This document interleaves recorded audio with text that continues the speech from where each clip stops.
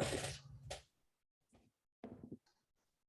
right, well, good evening, everyone. My name is Kevin Young. I'm a senior urban planner with the Department of Land Conservation and Development. I use he, him pronouns. And I'm joined by my colleagues, Bill Holmstrom and also Evan Manvell. I'm going to go ahead and start us off, but we will definitely get some comments from Bill and Evan on their areas of expertise. So without further ado, I am going to share screen. And so, oops, I need to use the different views. All right, are you seeing the slide? Perfect, fantastic. So as Kathy noted, the rules that we've been working on are climate-friendly and equitable communities rules. Most recently, they were initiated by the Governor's Executive Order 20-04, but the history of what we're working on goes back at least 10 years, from legislative action to first adopt GHG or greenhouse gas reduction targets for the state, as well as directing the Portland metropolitan area to actually develop a regional scenario plan and to adopt a plan and a strategy to move forward with greenhouse gas reduction. So that plan has been adopted and implemented to a large degree. We'll talk a little bit about how the rules apply in the Portland metro region, but it is different in many ways from the rules that will apply elsewhere in the state. And I'll go ahead and identify that as we move forward. So first of all, why these rules? As the graphic shows here, we are not on course to meet our greenhouse gas reduction targets. And I should step back and say, understand that what I'm talking about today is really targeted on reducing climate pollution emissions from light duty vehicles. So those are the cars and trucks that most of us drive around, not the freight trucks and not from other sectors. We're really focused on light duty vehicles. And you can see from this graphic where we are on our current trajectory, some reductions, but not enough. We've got a lot further to go. And as you can see from the other slides, as we all know, as Oregon residents, these are having real world impacts on our neighbors. Wildfires, heat events that in which people are dying, and a whole lot of other problems. And I feel like our area is actually getting it not as bad as some other regions. So we know this is a real thing. The other piece to the governor's executive order is a requirement that as we're doing this work, we look at the impacts, the outcomes of the work, and ensure that the work that we do results in equitable outcomes, particularly for underserved populations, Black, Indigenous, people of color, low income, etc. So this slide shows you some historic patterns of, well, this is a map that shows Portland's redlining practices from 1938. And as you can see, the neighborhoods that were redlined were largely populated by BIPOC populations. And the impacts to families, as documented here, we know that intergenerational wealth transfers to a large degree through home ownership. And when you deny home ownership, you see that there's not nearly the amount of intergenerational wealth that builds over time. So strikingly, the home ownership gap is wider now than when race-based discrimination against home buyers was legal. So that is a shocking fact. So the rules that we've developed have incorporated those principles, and we can speak some to that today, as well as of course, the climate pollution reduction measures. As a frame of reference, it's important to note that these rules apply in Oregon's 8 largest metropolitan areas. So those are shown on the map here. Of course, Portland Metro is a little different. They are well on their way towards meeting their GHG reduction targets. The other regions have some catching up to do, so the rules are a little bit different for those areas. Cumulatively, these metropolitan areas contain over 60% of Oregon's population and 70% of Oregon's jobs. So it's a big impact in terms of the effect of the regulations here, and that's intentionally so. These are areas that produce the bulk of the light duty vehicle climate pollution. The rules that we'll be talking about are divided into two categories. The first is developing regional plans that achieve pollution reduction targets. Sometimes that's referred to as regional scenario planning. And the second is a package of land use and transportation rules that reduce pollution and promote equity. I'll speak briefly to the first category, which is the regional plans to achieve pollution reduction targets. And so those targets, 2050 GHG reduction targets for the metropolitan areas, were established as a 35% reduction in the Portland metro region and a 30% reduction in the other regions. And so the work that we're doing is closely targeted at meeting those goals in terms of GHG reduction.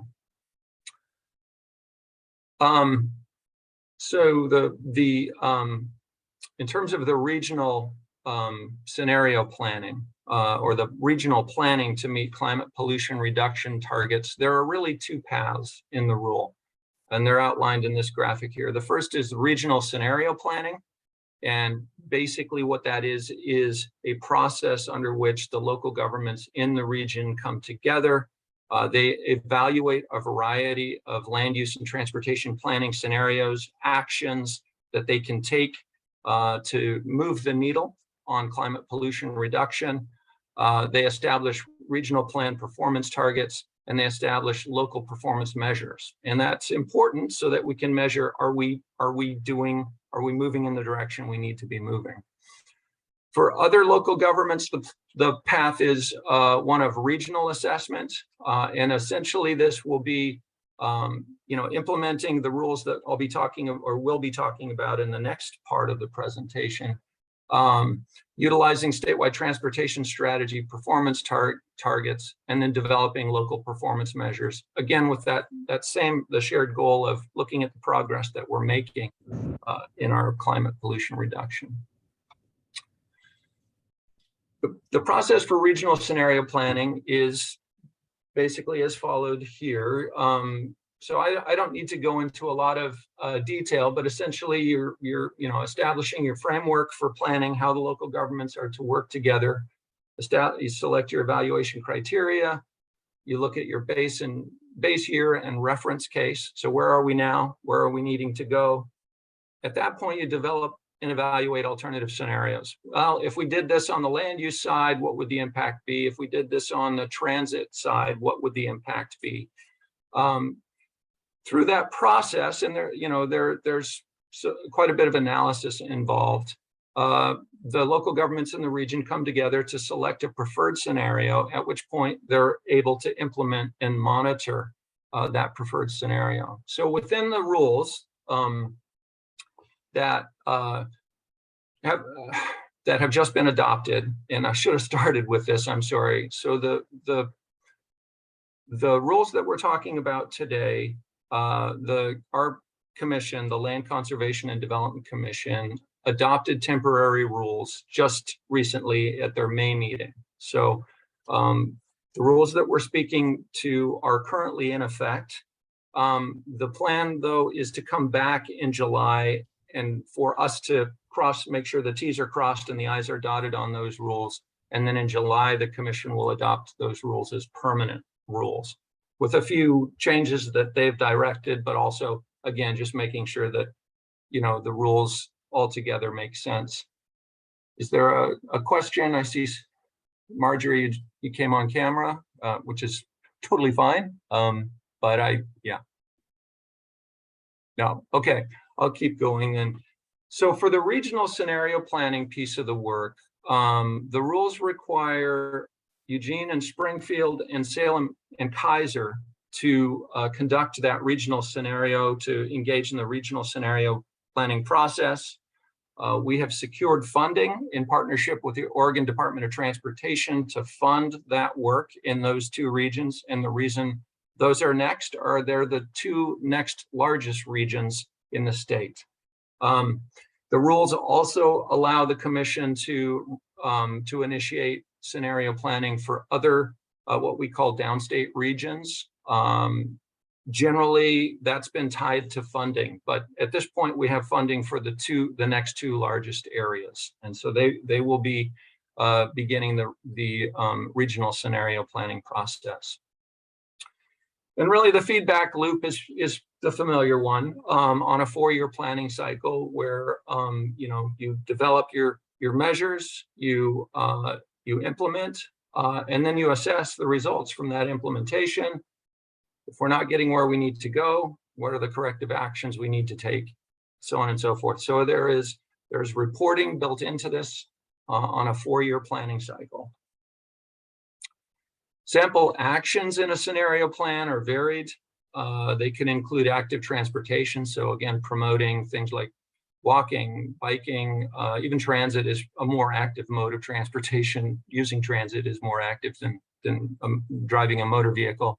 Changes to fleet and fuels, support for transit, pricing. So pricing can have a big impact on behavior, parking management, education and marketing, etc. Now, the one thing that's not here is land use. I'll be talking a little bit about that later on, but as the scenario plans are developed, the local governments are looking at, okay, how much bang for the buck do I get for a land use, this change to land use versus this change to supporting better transit service. That's kind of the analysis that occurs on a regional basis. Bill, did you want to add something? No, okay. All right, so that's, in a nutshell, that's the regional scenario planning process. Now I'll turn to the land use and transportation planning rules. There are basically changes in 6 areas. I'll be speaking about the process for designating walkable climate-friendly areas. Evan will be speaking about reforming parking management and supporting electric vehicle charging. And then Bill will follow up with transportation planning, including planning for high-quality pedestrian, bike, and transit infrastructure, moving beyond a sole focus on motor vehicle congestion standards and transportation planning, and prioritizing and selecting projects that meet climate and equity outcomes.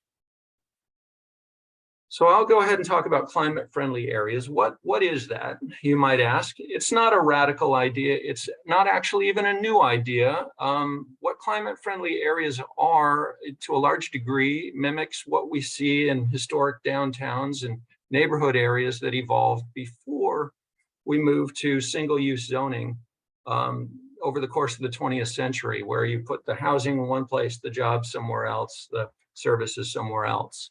And so it's that synergy that we need to promote within climate-friendly areas. Why is that important? Because if we put jobs and services and housing in close proximity, we reduce reliance on vehicle trips. It's easier to meet your daily needs by walking or biking or taking transit. So just thinking differently about how cities are organized is very important. And as we know, these types of areas can be very, very popular. A lot of people like to live in these kind of more vibrant areas, and our rules certainly don't mandate that everybody should live in a climate-friendly area, but essentially we're establishing a framework whereby it's easier for those types of areas to develop.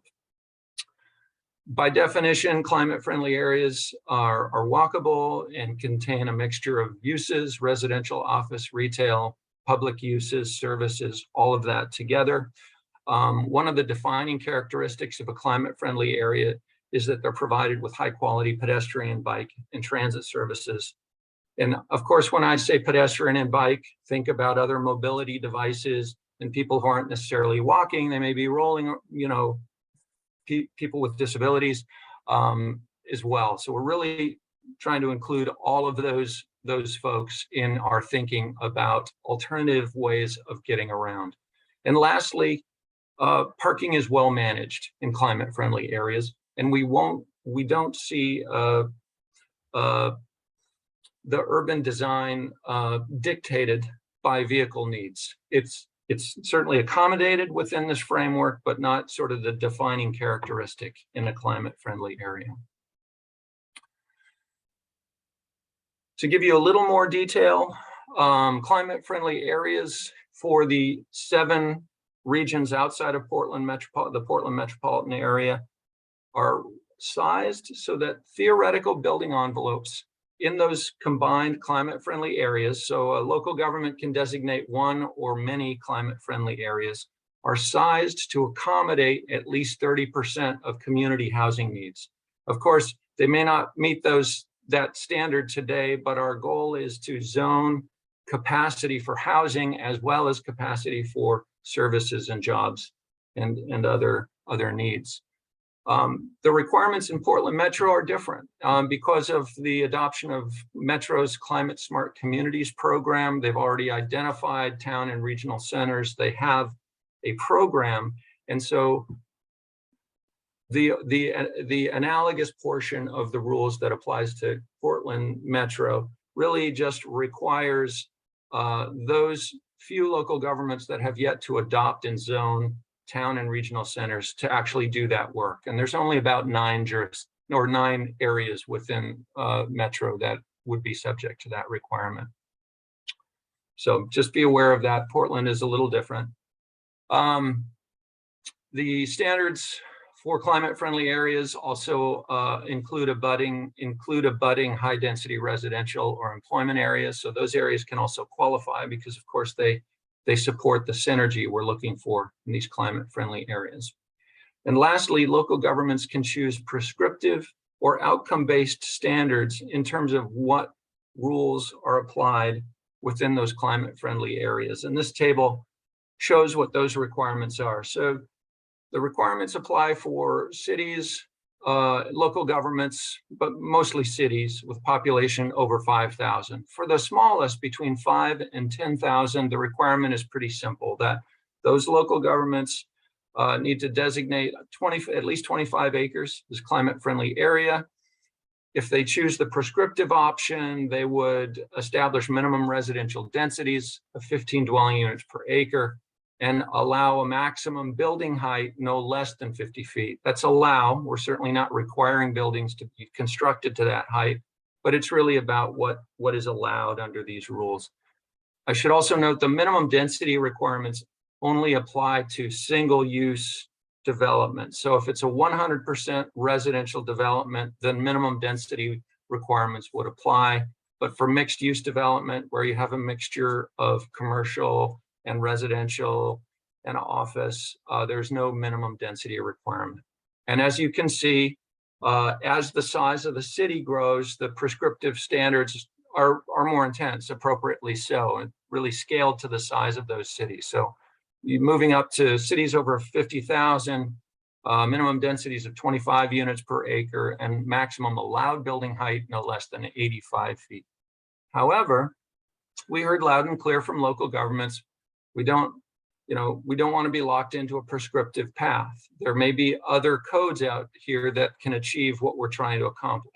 And so the outcome option really allows a local government to either make the case on their existing development standards or to develop new zoning standards that will allow for the development of 20 homes and jobs per net acre, up to 40 homes and jobs per net acre for the larger cities. That's allowed for. The standards are certainly not requiring development to meet those.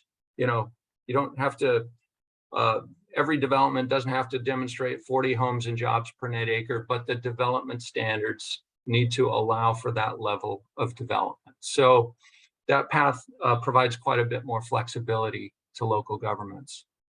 So that is the climate-friendly area requirements in a nutshell. And next, I'll turn it over to Evan to speak about improved parking management. Thank you so much, Kevin. Evan Manville, climate mitigation planner, he, him pronouns here at the department. I've been working on these rules with the team. And one of the key things the commission directed us to do was to reform how parking is handled. Parking, as you may all know, is a very large consumer of land in urban areas. It's about 10% of land is used for on-street parking, about 10% for off-street parking, give or take, but it's a huge amount of land because cars need a lot of space to be stored, and you need the drive aisles and you need everything else. So improving that will both help us move uses closer together, make them more walkable, and it will stop subsidizing driving so much. When you provide a lot of something for free, people consume more of it than if you manage it well. So part of the rules are trying to both improve walking and to stop subsidizing driving, and having those with fewer cars subsidizing those with more cars and who drive more. So lots of reasons to do parking reform. Ideally, it'll make housing more affordable, businesses more vibrant, land uses closer together. But so with that, here's what the parking proposed, well, the existing parking rules in the temporary version and probably the permanent version will do. The first thing it does is it says, hey, near the most frequent transit lines in a community, you're not going to have parking mandates within a half-mile walk of those transit corridors. So kind of those areas that are best served by transit. And that's kind of what the literature says, is those areas need less parking, studies that have been done. The second thing it does, it says, hey, there are particular uses that we don't have enough of, facilities that really we need for equity reasons and other things, domestic violence and emergency shelters, very small housing units, affordable and public housing, childcare, facilities for people with disabilities. We don't need to mandate parking to go with those. So, and when I'm saying parking mandates, some people used to call those minimum parking requirements. That's what we mean by parking mandates. The third thing the parking rules do is they say cities can't require more than one parking space per unit in multifamily developments. So developers can build it, but cities can't require it. So those are some core provisions that are all scheduled to go into effect in December this year, at the end of December. New development applications starting next year should come in using those standards. But we also ask cities to take the next step in reforming their kind of cookie cutter, one size fits all parking requirements, and choose one of three options. The first option is to just deregulate parking, and communities around the US have done this for decades, and communities around the world, and they let the market figure it out, and it works pretty well. Lenders figure out how much parking is required, builders choose to provide amount of parking, and cities learn to manage their on-street parking well. But not all communities may want that. So option two is to say, hey, on top of those other reforms, we're going to adopt some policies to make it parking fairer. And the first couple have to do with unbundling, which is saying you pay for parking separate from the rent of your unit, your housing unit or commercial unit. Those are two options. Another fairer parking policy is letting employees cash out if their employer is providing free parking and they don't use that parking, to take the cash equivalent value of that parking. So that's called parking cash out or flexible commute benefit. The fourth and fifth of the three policies communities can choose among. One is further reducing multifamily, and the other is putting a tax on commercial parking lots. So so if people want to get on a policy side and not so much just the land use planning side, communities that do that get credit for reforming their parking management. The third option for parking reform is just doing some more mandate scale backs for more types of development, historic homes, small businesses, within a half-mile walk of climate-friendly areas, that sort of thing. There's a fairly long list of types of development that would have reduced mandates in. So cities choose an option and implement it by end of June next year, unless they seek an extension. So that's that's high level parking. There's a second set of the next slide.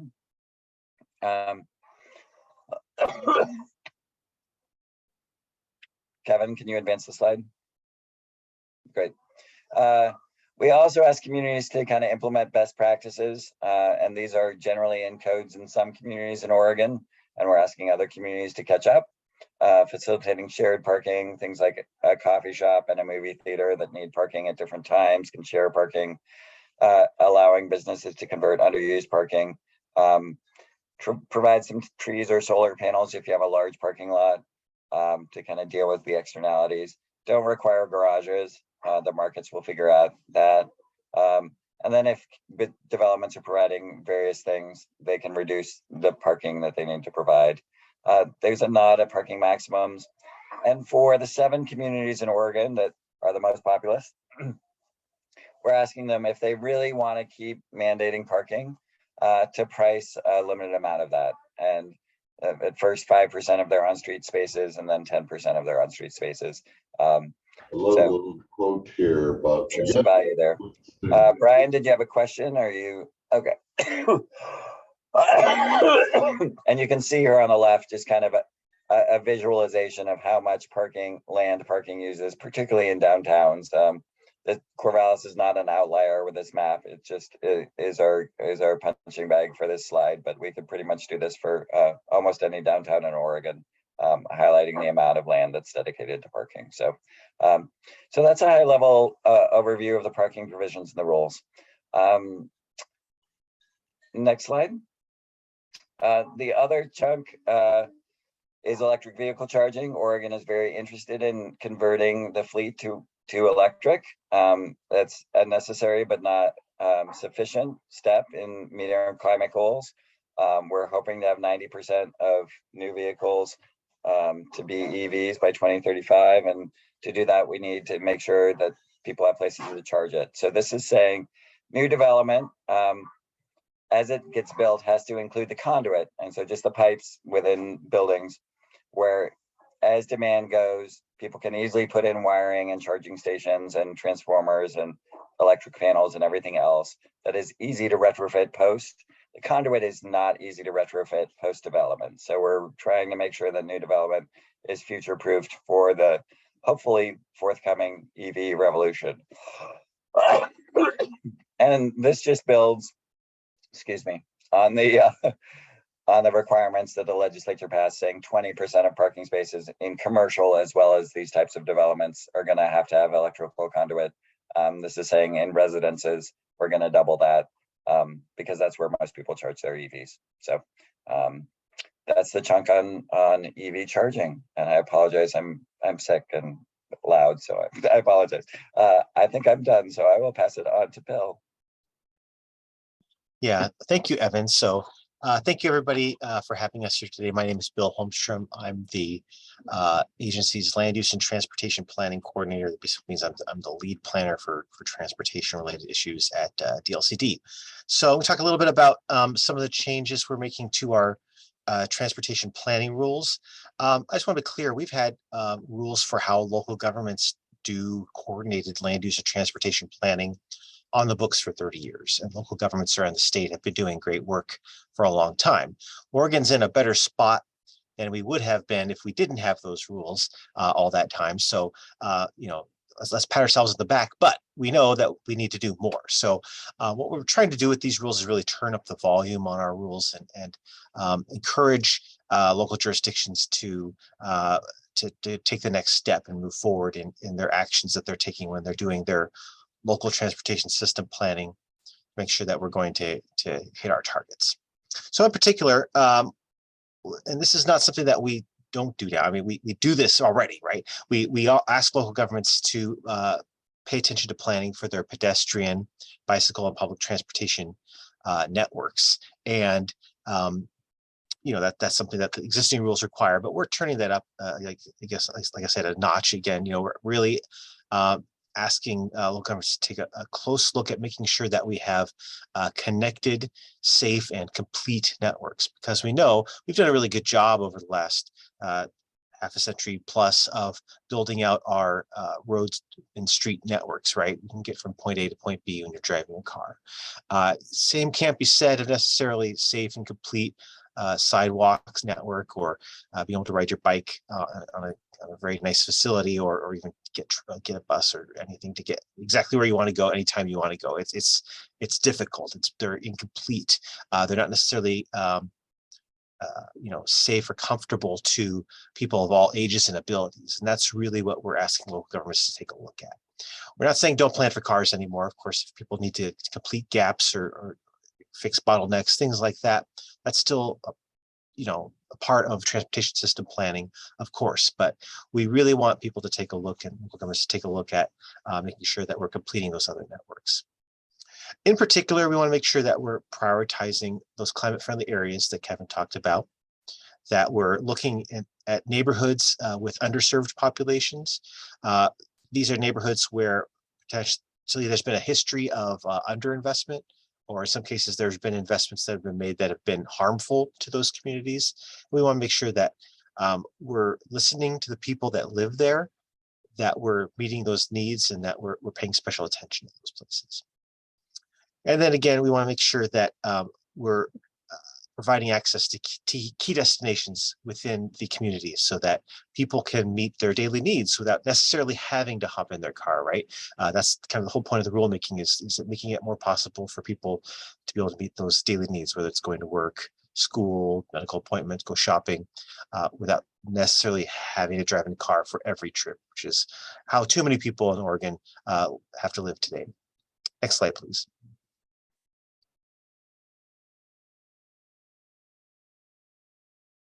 Thank you. So in particular, we're asking local governments that they're required to do what's called a transportation system plan. This is something that they're already been required to do for decades. But next time they do updates to the transportation system plan, they're going to need to update some of these pieces to meet the updated rules. We have enhanced requirements for inventory to understand really what the existing conditions are out there, where those places are that people need to go, and what the gaps are, and how do we fill those. We'd be surprised how little information we have in some jurisdictions about where are all the sidewalks, things like that. There's good information in some places, not so good in other places. We just want to make sure that we're raising the bar. We're working closely with ODOT to make sure that we're going to be able to provide resources to local governments to help them do that. We want to make sure that local governments are planning for complete networks that are low stress and are comfortable for all ages and abilities, and that's in particular for our pedestrian and bicycle networks. You shouldn't have to get geared up in day glow lycra in order to take a bike ride to go shopping. It just doesn't make sense. So we're trying to make these humane, reasonable systems for everyday people to be able to travel around their community. And in particular, we want to make sure that we're prioritizing investments in a way that makes sense, like I've talked about, getting those destinations, making sure we're completing gaps. We have updated and enhanced requirements for bicycle parking. Some of these things are probably pretty similar to what a lot of jurisdictions are already doing, but we just want to make sure that we're raising that bar for everybody. And in particular, if we're at transit planning, local governments often, in most cases, are not the transit provider. So there's kind of some more limited things that they can do where they're more in control of their sidewalk or bicycle network, for example. But we are asking them to identify those priority transit corridors where it's most important to pay attention to the transit service in those places.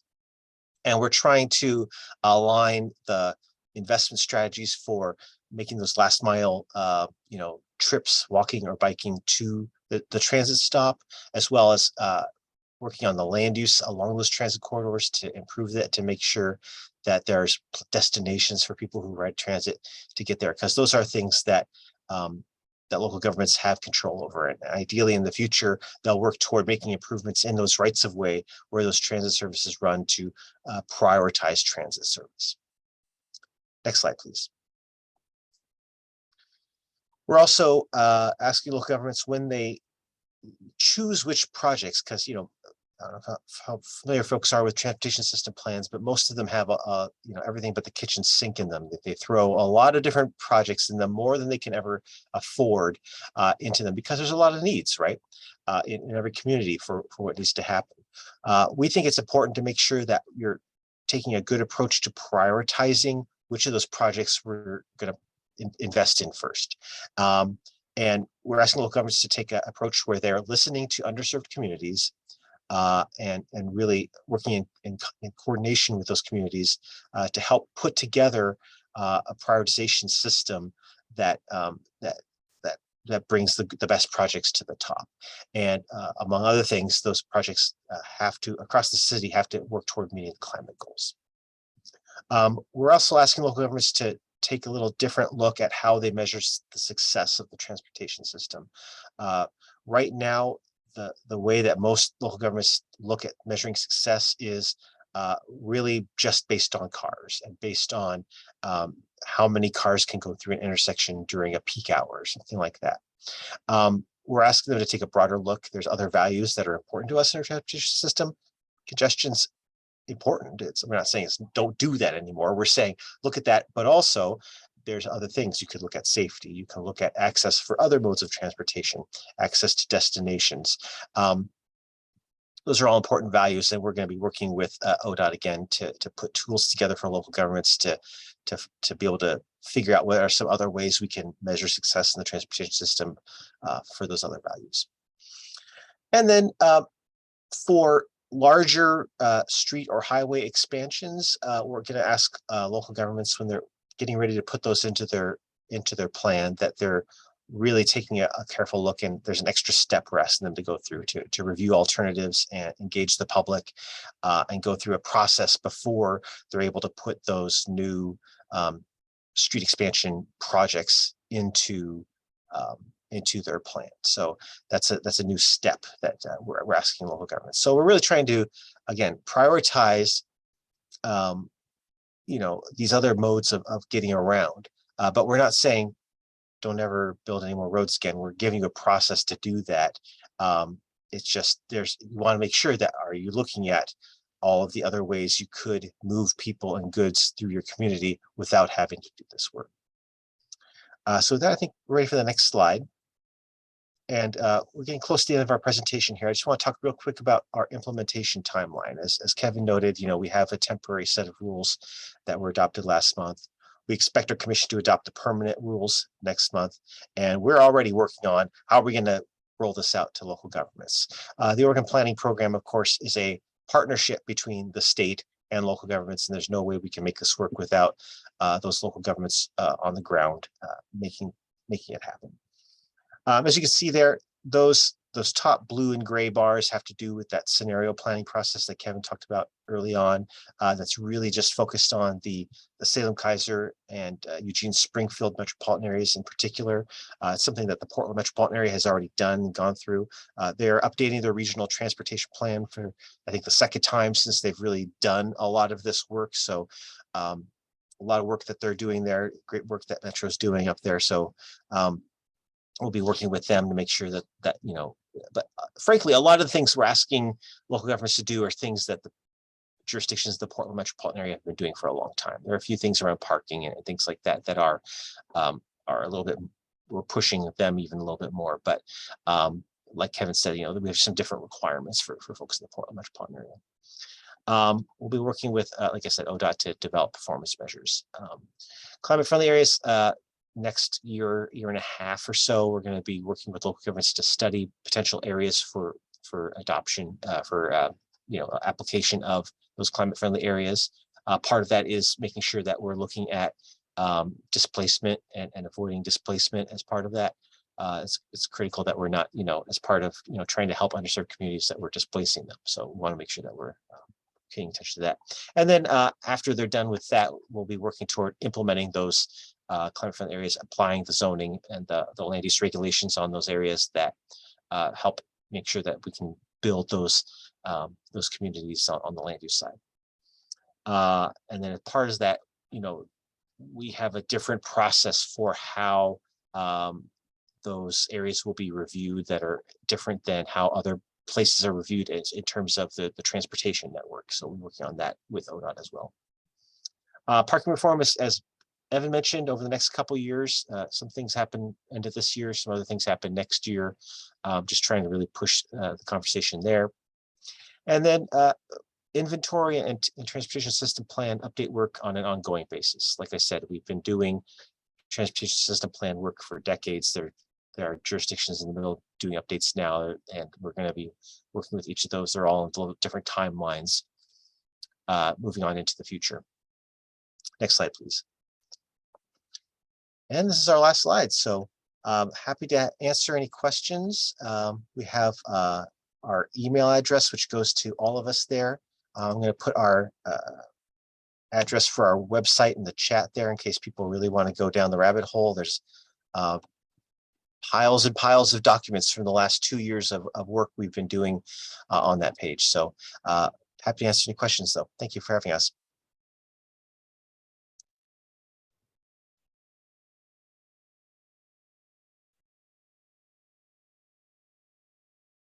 Looks like Kathy has a question.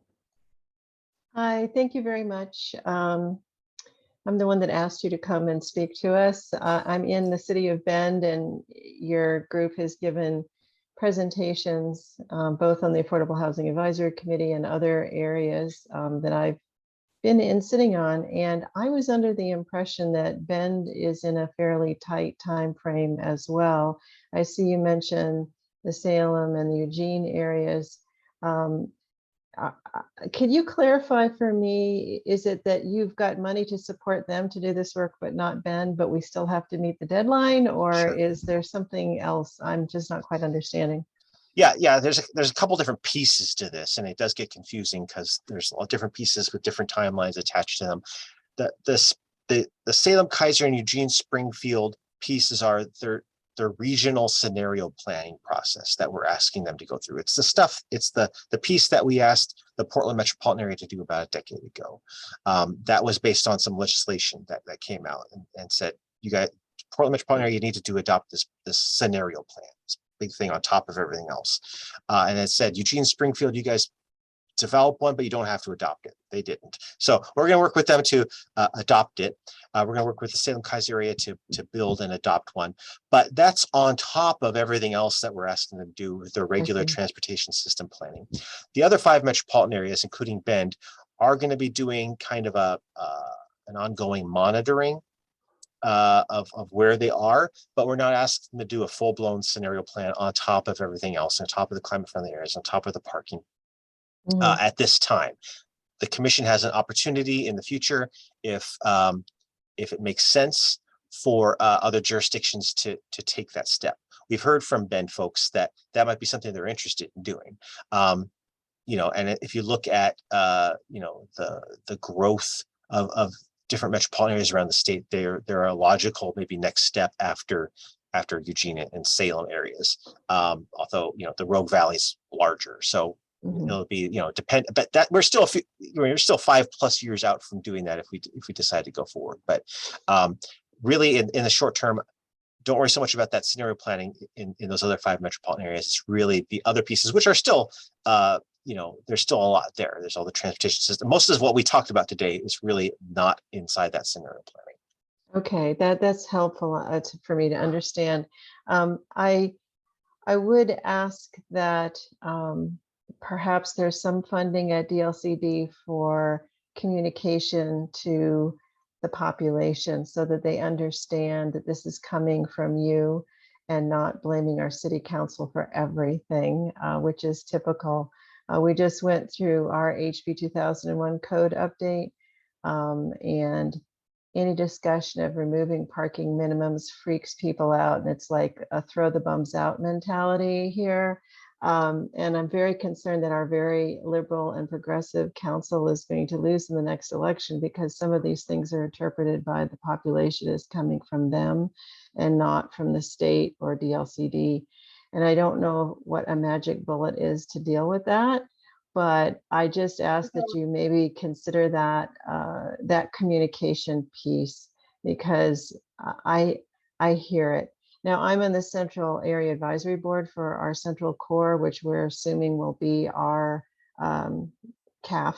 And, you know, we're moving a lot forward with a lot of these things, and I'm very supportive of everything that we're trying to do.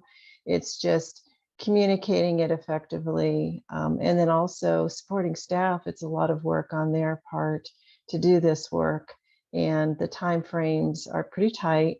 Now, we are kind of getting there anyway, but we have a lot, we ask a lot of our wonderful staff because we have all these great ideas. But there's only so many hours in the day and only so many people. So the help that we can get from DLCD would be much appreciated. So thank you. Yeah, that's great feedback. Thanks, Catherine. As you may or may not be aware, we're a few dozen people at a state agency, so we're a tiny state agency. We strive to do as best we can with those limited resources, and the Bend community and has certainly been more aware of these rules than most communities as far as newspaper coverage and other things, and we'll continue to work with the newspaper there for reaching out and blaming us for some of the parking reforms. But yeah, one of the other interesting things that I've come across recently as the parking policy lead is some public opinion polls that shows that people actually support parking reform if it means housing becomes more affordable. And so really setting up that, reminding people of that connection can mean a majority of people are supportive of it, if not the loudest people in the community. Certainly aware of the public conversation around parking reform is a heated one, but also seen some polling where it's like, oh, actually, most people are in support of this, whether or not those are the voters or not, you know. Anyway, we hear that concern, and we will certainly work to communicate that this is coming from the state based on meeting our legislative goals. Like the legislature set these goals up, we're missing them. So we're doing what we think the legislature has said our state policy is, and what the governor has said we should do, and what the science demands we do. And I think it's going to have a lot of co-benefits, like more affordable housing, more walkable communities, all these things. So certainly we will strive to do what we can to communicate that. Yeah, it is what it is. But you know, the decoupling, I think, is one way you can really get people on board, because you're talking about fairness. You know, why should one person who doesn't have a car in an apartment pay for a space that his next door neighbor has 2 cars and they're using his space? It makes no sense, you know. So going from a fairness perspective is a good way to approach it, but Nice. It should be interesting. Yeah, and please send suggestions, especially about parking reform and communications. I'm very interested in how that's working, and working with councilor or mayor appointee Keebler or whatever. I don't know what their title is right now, but some other people over there in Bend who've also been supportive of this. So Yeah, will do. I also want to speak to a related issue I think you raised, Kathy, which is our support for local government implementation. And the good news there is that we do have some funding in this biennium to support the climate-friendly area studies that will be required in the 7 of the 8 regions, that not Portland Metro, but the 7 of the 8 regions, as well as development of community engagement plans within this biennium. Actually, Evan and his colleague Cody Meyer have been working very hard in coordinating with local governments in the region to support that work. The other thing is that we are also in the process of preparing a budget request for the next biennium, for the 2023 through 25 biennium, to support local government implementation. Again, looking at that implementation timeline and the requirements that will come into play during that time period. We want to do everything we can to support that local government work. We're fully intending to work collaboratively with local governments. As Bill said, we're not going to reach the finish line without everybody rolling up their sleeves and getting engaged here, but we do intend to be here and to support that work moving forward. Of course, subject to legislative approval, as with many of these budgetary items. Can I just say one more thing? I know you were very focused on the transportation part, but the friendly areas, the CFAs, are where architects are really going to be playing a role. And I'm not entirely certain that our architecture community fully understands the changes that might be coming, that they can be partners in to help move that forward. So maybe think of crafting some information more towards the builder community and the design and architecture community that talks about that aspect. I think would go far. People see, we get excited about it. Maybe somebody in the single family home somewhere doesn't get so excited when they see that 85-foot high number. But I think if you could focus a little bit more information on that, sort of tailored to the builder community, might be helpful. That's just a suggestion. Sure, thank you. Yeah, no, we certainly look at this as an opportunity. We've been very engaged with home builders throughout this process. They served on our representatives, served on our RAC, as well as affordable housing developers and other advocates. We very much see this as an opportunity, and we've been very careful around these rules to make sure that by creating opportunities for housing and other development and climate-friendly areas, we're not precluding those opportunities elsewhere in communities. There was some concern that 30% number was saying, no, 30% of housing has to be in climate-friendly areas. That is not what the rules are saying. They are saying we need to provide the opportunity for that to develop, where we believe that market will grow over time. It may not be strong in some communities, we understand that. But it's really providing that opportunity. But I hear your point about maybe more targeted information and materials. And I think that's a great idea.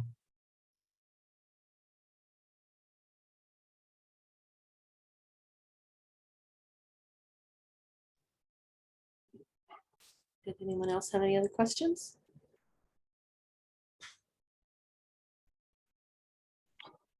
No, I really appreciated your point, Catherine, about architects playing a big role in making this succeed. So if it's done right, people are going to be clamoring for that sort of development, and you all can play a big role in that. So look forward to the partnership. That's great. Thank you. Well, thank you for coming and speaking to us. I really appreciate it. And this is recorded so that our members that weren't able to attend today could, if they, as it becomes more aware to them that this is happening, they can at least watch this and get some more information. I will say I find very few people I talk to have any idea this is coming, and it's going to be significant. So thank you all. Thank you. Thank you. Thanks, folks.